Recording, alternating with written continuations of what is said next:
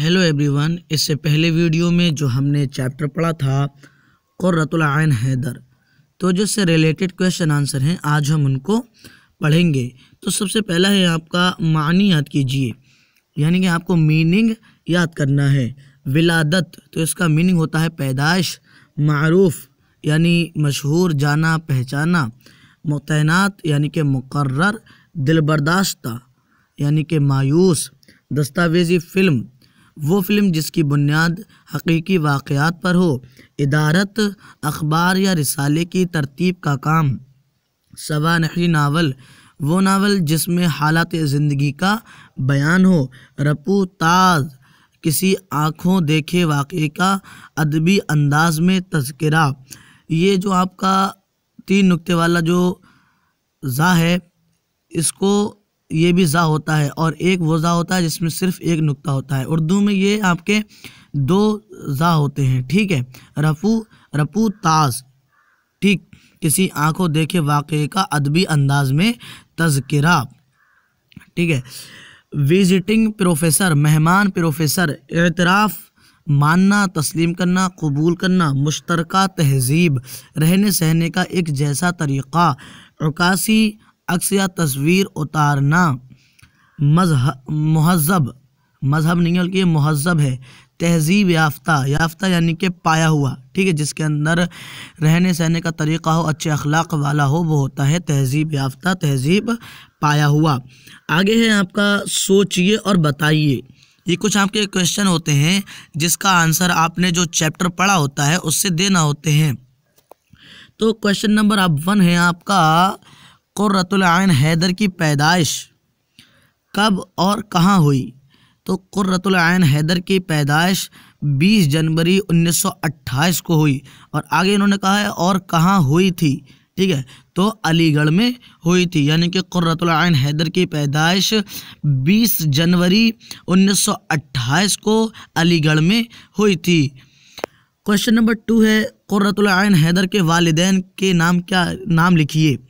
वालिदैन, ये वालिद और वालिदा दोनों से मिलकर बना है, यानी कि वालिदैन। जब हम माँ बाप को उर्दू में इकट्ठा करके बोलते हैं तो हम बोलेंगे वालिदैन, ठीक है। यानी कि क़ुर्रतुल आइन हैदर के माँ बाप के नाम लिखिए। तो क़ुर्रतुल आइन हैदर के बाप का नाम था सैयद सज्जाद हैदर यल्दरम, और वालिदा का नाम नज़र सज्जाद हैदर, ठीक है। क्वेश्चन नंबर 3 है, सज्जाद हैदर यल्दरम अलीगढ़ में किस ओहदे पर फाइज थे, ठीक है। तो 1920 में जब सर सैयद का कॉलेज अलीगढ़ मुस्लिम यूनिवर्सिटी बना तो यल्दरम उसके पहले रजिस्ट्रार रहे, ठीक है। ये उनके अलीगढ़ में ये रजिस्ट्रार होने के ओहदे पर फाइज थे, ठीक है। और क्वेश्चन नंबर 4 है, क़ुर्रतुल आइन हैदर की इब्तिदाई तालीम क्या हुई, कहाँ हुई, ठीक है। यानी कि क़ुर्रतुल आइन ने शुरू की पढ़ाई कहाँ की? तो क़ुर्रतुल आइन हैदर ने शुरू की पढ़ाई देहरादून में की, ठीक है। उनकी शुरू की तालीम जो है वो इब्तिदाई तालीम वो देहरादून में हुई। क्वेश्चन नंबर 5 है, क़ुर्रतुल आइन हैदर ने पहली कहानी किस उम्र में लिखी? तो क़ुर्रतुल आइन हैदर ने पहली कहानी सिर्फ 11 साल की उम्र में लिखी थी, ठीक है। क्वेश्चन नंबर 6 है, क़ुर्रतुल आइन हैदर का मशहूर नावल आग का दरिया किस सन में शाये हुआ, यानी कौन से सन में वो छपा? तो क़ुर्रतुल आइन का मशहूर नावल, ठीक है, आग का दरिया 1959 को छपा, ठीक है। 1959 को शाये हुआ, छपा। क्वेश्चन नंबर 7 है, क़ुर्रतुल आइन हैदर को कौन कौन से एजाज़ मिले, ठीक है। तो क़ुर्रतुल आइन को पद्मश्री और पद्म भूषण के एजाज़ मिले थे, ठीक है। और क्वेश्चन नंबर 8 है, क़ुर्रतुल आइन हैदर का इंतकाल कब हुआ, यानी कि वो दुनिया से कब गई? तो 21 अगस्त, ठीक है, 21 अगस्त 2007 को नोएडा में उनका इंतकाल हुआ, ठीक है। क़ुर्रतुल आइन हैदर का इंतकाल कब हुआ? 21 अगस्त 2007 को, ठीक है। ये आपके क्वेश्चन आंसर हो गए सोचिए और बताइए के। आगे है, खाली जगह को सही लफ्ज़ से भरिए, यानी कि कुछ इन्होंने खाली जगह छोड़ी हैं, उनको आपको सही लफ्ज़ों से भरना है, ठीक है। तो सबसे पहली लाइन है आपकी, क़ुर्रतुल आइन हैदर की पैदाइश में हुई थी, ठीक है। तो जो इन्होंने यहाँ से हटाया है, ठीक है, यहाँ से कुछ इन्होंने हटा दिया है, वो है 20 जनवरी 1928 को अलीगढ़ में हुई थी। तो आप इसको इस तरह पढ़ेंगे, कुर्रतुल ऐन हैदर की पैदाइश 20 जनवरी 1928 को अलीगढ़ में हुई थी। ठीक है, ये हो गई आपकी पहली लाइन। दूसरी लाइन है, कुर्रतुल ऐन हैदर की इब्तिदाई तालीम में हुई। ठीक है, तो यहाँ से जो इन्होंने हटाया है वो है देहरादून। आप यहाँ पर देहरादून लिख दें और आप इसको इस तरह पढ़ेंगे, कुर्रतुल ऐन हैदर की इब्तिदाई तालीम देहरादून में हुई। ठीक है, और आपकी तीसरी लाइन है, कहानी बी चोहिया रिसाला में शाये हुई थी। ठीक है, तो इन्होंने जो यहाँ से हटाया है, ठीक है, वो है फूल लाहौर, है ना, फूल और लाहौर। तो यहाँ पर आप फूल और लाहौर लिख दें, ये भी आपका पूरा हो जाएगा। और आपको लिखने के बाद आप इसको इस तरह पढ़ेंगे, कहानी बी चोहिया रिसाला, ठीक है, फूल लाहौर में शाये हुई थी। ठीक है, और चौथे नंबर पर आपकी लाइन है, नावल आग का दरिया साल में शाये हुआ था। ठीक है, इन्होंने का ये किताब में इस तरीके से नहीं है, बल्कि इन्होंने यहाँ पर जो क्वेश्चन किया है वो ये बताना है कि कौन सी सन में शाये हुआ था। ठीक है, इन्होंने लाइन इस तरीके से नहीं है, बल्कि जो यहाँ पर लिखा हुआ है नावल आग का दरिया, ठीक है, साल 1959, आपको यहाँ पर 1959 लिखना है। ठीक है, में शाये हुआ था। नावल आग का दरिया साल 1959 में शाये हुआ था। ठीक है, ये थोड़ा किताब से अलग है। और पांचवी लाइन है आपकी, कुर्रतुल ऐन हैदर को 1990 में मुल्क का सबसे बड़ा इनाम दिया गया। तो यहाँ से जो हटा दिया गया है वो है आपका ज्ञानपीठ। ठीक है, आप इसको लिख दें, ये भी आपका पूरा हो जाएगा। और आप इसको इस तरह पढ़ेंगे, कुर्रतुल ऐन हैदर को 1990 में मुल्क का सबसे बड़ा इनाम ज्ञानपीठ दिया गया था। ठीक है, दिया गया। और आपकी छठी लाइन है, कुर्रतुल ऐन हैदर में दफन हुई। तो यहाँ से जो हटा दिया गया है वो है कुर्रतुल ऐन हैदर, ठीक है, जामिया मिल्लिया इस्लामिया के कब्रिस्तान में दफन हुई। ठीक है, कुर्रतुल ऐन हैदर जामिया मिल्लिया इस्लामिया के कब्रिस्तान में दफन हुई। ये हो गए आपकी खाली जगह को सही लफ्ज़ों से भरिए। और आगे है आपका, नीचे दिए हुए लफ्ज़ों को अपने जुमलों में इस्तेमाल कीजिए। यानी कि इन्होंने कुछ नीचे वर्ड्स लिखे हैं, उनको आपको अपने सेंटेंस में यूज़ करना है।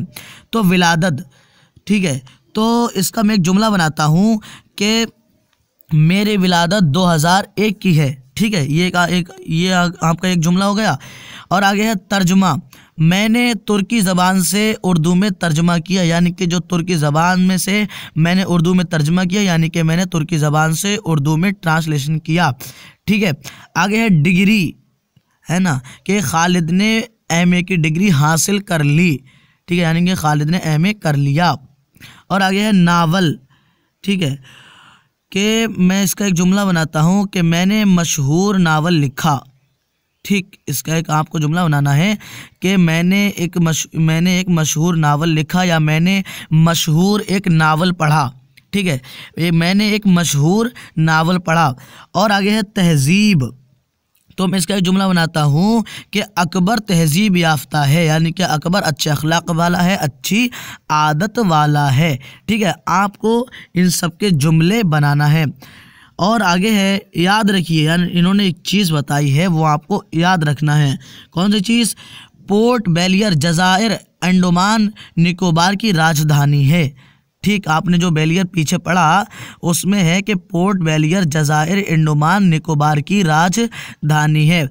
आगे है अमली काम, यानी कि आपको इन कामों पर अमल करना है।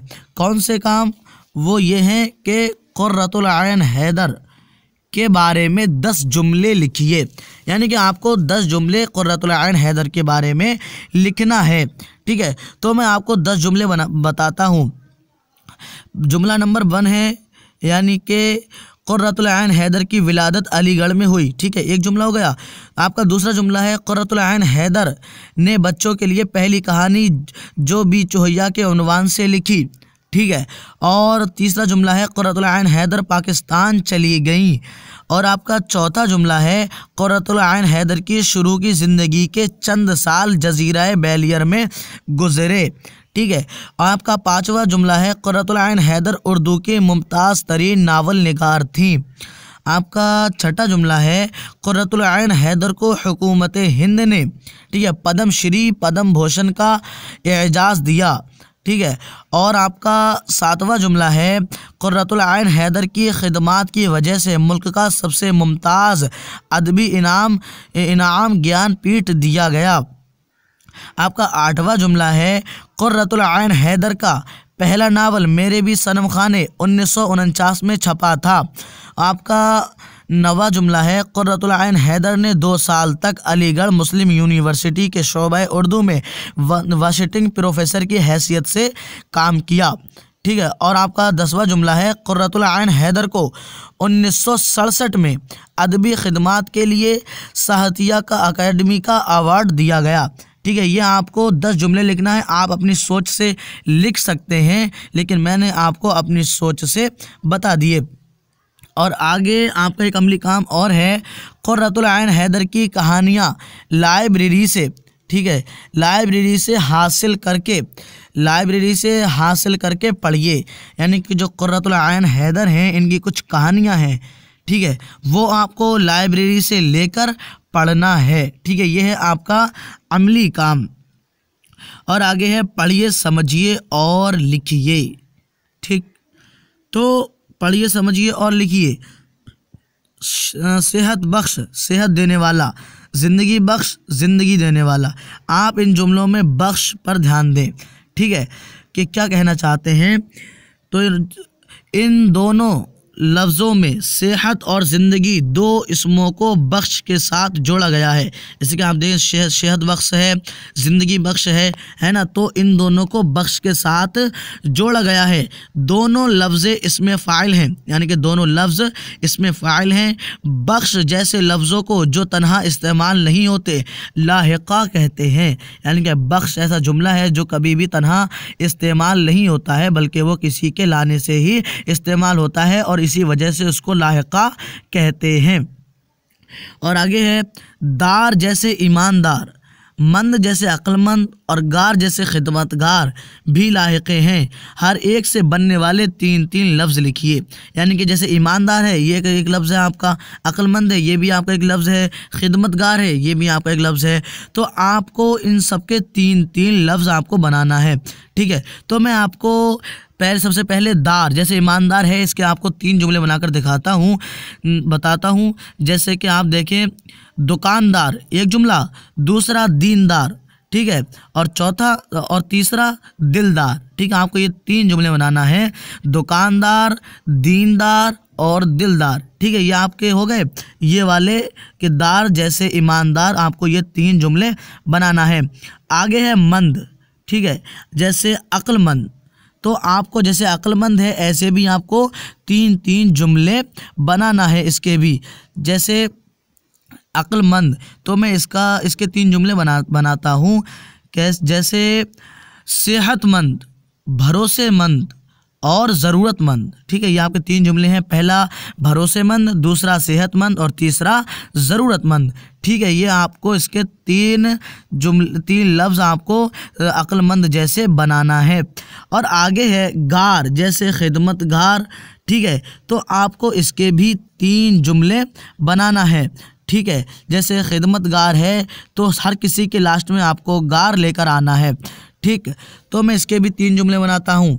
जैसे कि इबादतगार, ठीक है, इबादतगार, और दूसरा खतागार यानी कि जो गलती करता हो, और तीसरा अकीदतगार, ठीक है, जो दिल के भरोसे करने के लायक हो।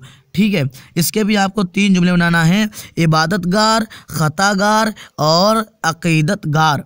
ठीक है, आपको जैसे ये वाला है जैसे ईमानदार, इसका भी बनाना है, अक्लमंद इसके भी 3 लफ्ज़ बनाने हैं, और खिदमतगार के जैसे भी आपको 3 लफ्ज़ बनाने हैं। यानी कि इन तीनों के 3-3 लफ्ज़ आपको बनाने हैं। और आगे है आपकी गौर करने की बात। ठीक है, आपको इस बात पर गौर करना चाहिए।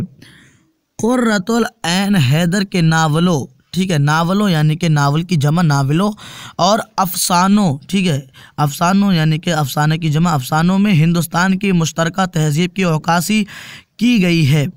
ठीक है, मुश्तरका तहज़ीब से हिंदुस्तान के वो तहज़ीब मुराद है जिसकी तश्कील में हिंदू, मुस्लिम, सिख, ईसाई बराबर के शरीक होते हैं। यानी कि जो इन्होंने मुश्तरका तहज़ीब कहा है उससे मुराद ये है कि जैसे हिंदू, मुस्लिम, सिख, ईसाई वगैरह हैं, ये सब लोग मेल जोल करके रहते हैं। ठीक है, बराबर के शरीक होते हैं, सब एक दूसरे की खुशियों और गमों में शरीक होते हैं। त्योहारों और शादी ब्याह की तकरीबात और मुख्तलिफ रस्मों में जोश व खरोश के साथ हिस्सा लेते और हर मौके पर एक दूसरे का हाथ बटाते थे। सबके दिलों में एक दूसरे के लिए खुलूस और प्यार जज्बा मौजूद था। कुर्रतुल ऐन हैदर ने इसी मुश्तरका तहज़ीब की तस्वीरें पेश की हैं। कुर्रतुल ऐन हैदर के अफसानों और नावलों में तहज़ीब व तारीख़, उलूम और फ़ुन्नून, उलूम हम बोलते हैं इल्म की जमा है उलूम, और फ़ुन्नून ये जमा है फ़न की, ठीक है, का दखल बहुत नुमाया है। और इल्म का माना होता है जानना, और फ़ुन्नून, ठीक है, यानी कि किसी काम को आना, वो हर आदमी का अपना अपना एक फ़न है। ठीक है, कोई आदमी पढ़ाता है तो उसका अपना फ़न है ना। इस हर का जो आदमी जो काम करता है उसका अपना एक फ़न है। फ़ुन्नून का अमल दखल बहुत नुमाया है। उनकी फ़िक्री सतह हम बोलते हैं नीची चीज़ को, यानी कि जैसे ज़मीन है वो एक सतह है, ठीक है, बहुत बुलंद है, यानी कि जो उनकी नीची ज़मीन की तरह है, जो ज़मीन से लगी हुई है, वो भी बहुत ऊंची है।